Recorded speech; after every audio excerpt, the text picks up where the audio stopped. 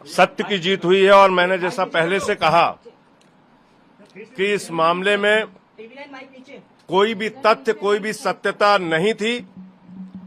जबरदस्ती हमारे नेताओं को पकड़ पकड़ के जेल में रखा गया। मनीष सिसोदिया जी को 17 महीने तक जेल में रखा गया। क्या भारत के प्रधानमंत्री उनके जीवन के इन 17 महीनों का हिसाब देंगे? क्या भारतीय जनता पार्टी उनके इन जीवन के 17 महीनों का हिसाब देगी, जो शायद दिल्ली के स्कूलों को बनाने में काम आता, बच्चों को अच्छी शिक्षा देने में काम आता?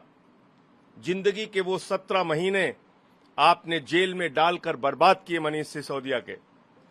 माननीय सर्वोच्च न्यायालय का हृदय से आभार है, सर झुका के नमन है कि लंबे इंतजार के बाद न्याय मिला।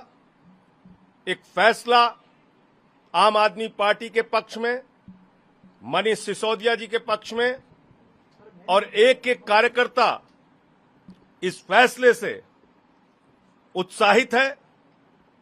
एक एक देशवासी, दिल्ली का नागरिक इस फैसले से खुश है और सब ये मानते थे कि हमारे नेताओं के साथ जोर जबरदस्ती और ज्यादती हुई है। हमारे मुखिया अरविंद केजरीवाल जी को अभी भी जेल में रखा है, सत्येंद्र जैन जी को अभी भी जेल में रखा है। मैं उम्मीद करता हूं जल्द ही उनको न्याय मिलेगा। प्रभु से प्रार्थना करता हूं जल्द ही वो बाहर आएंगे। और आज ये जो फैसला आया है, मैं समझता हूं केंद्र की सरकार की तानाशाही पर एक जोरदार तमाचा है। ये प्रक्रिया ही तो दंड बन गई थी। आपने जानबूझकर, कभी ईडी आती है, कहती है ये जवाब दाखिल करना है, वो जवाब दाखिल करना है, ये सप्लीमेंट्री दाखिल करनी है, वो चार्जशीट दाखिल करनी है। आपने 17 महीने यही तो खेल खेला मनीष सिसोदिया के साथ।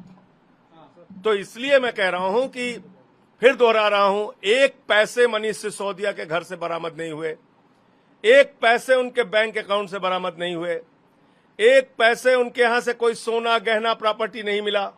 आपने जबरदस्ती एक आदमी को सिर्फ अपनी राजनीतिक द्वेष और दुर्भावना के कारण जेल में रखा और आज उस व्यक्ति को न्याय मिला है। मैं हृदय से सर झुका के माननीय सर्वोच्च न्यायालय के इस फैसले का नमन करता हूं।